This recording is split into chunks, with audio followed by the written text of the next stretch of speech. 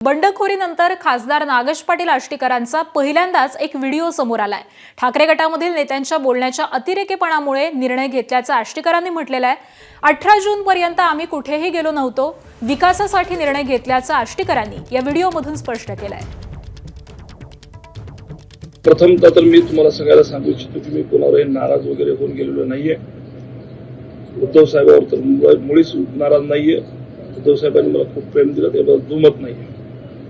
आणि राऊत साहेब किंवा हे कोणती मोठी मंडळी जर कोणी बोलत असेल तर ते त्यांचा हक्क आहे। त्यांनी माझ्यावर खूप मोठं प्रेम केलेलं आहे, त्यामुळे ते बोलतील, काही अडचणीचं नाही। माझ्या वडिलांप्रमाणे आहेत ते बोलले तर मला काही त्याचं वाईट वाटणार नाही। तर मतदारसंघामधील कामं होत नसल्यामुळे निर्णय घेतल्याचं आष्टीकरांनी या व्हिडिओच्या माध्यमातून सांगितलेलं आहे। ते नेमकं काय म्हणाले जाणून घेऊया।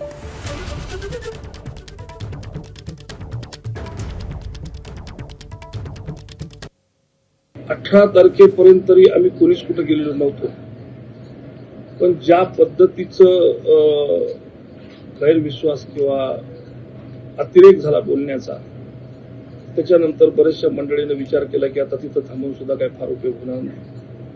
कामं होत नसल्यामुळे बरेचसे कार्यकर्ते नजीकच्या काळामध्ये पक्ष सोडून जाऊ लागले आणि कामं होत नसल्यामुळे माझाही म्हणजे पर्याय राहिला नव्हता माझ्याकडे।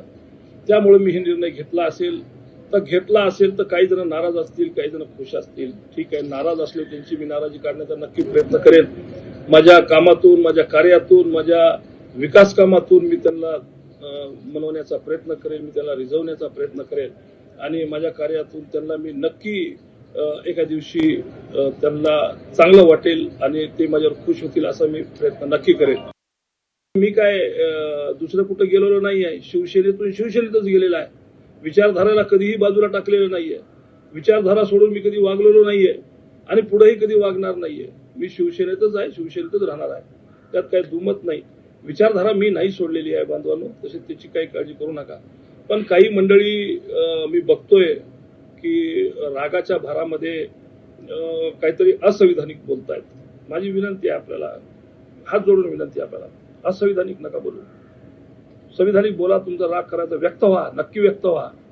मी जर कुठे चुकलो असेल तर माझ्यावर राग करणं तुमचा हक्क आहे, मला नक्की करा, पण असंविधानिक नाही।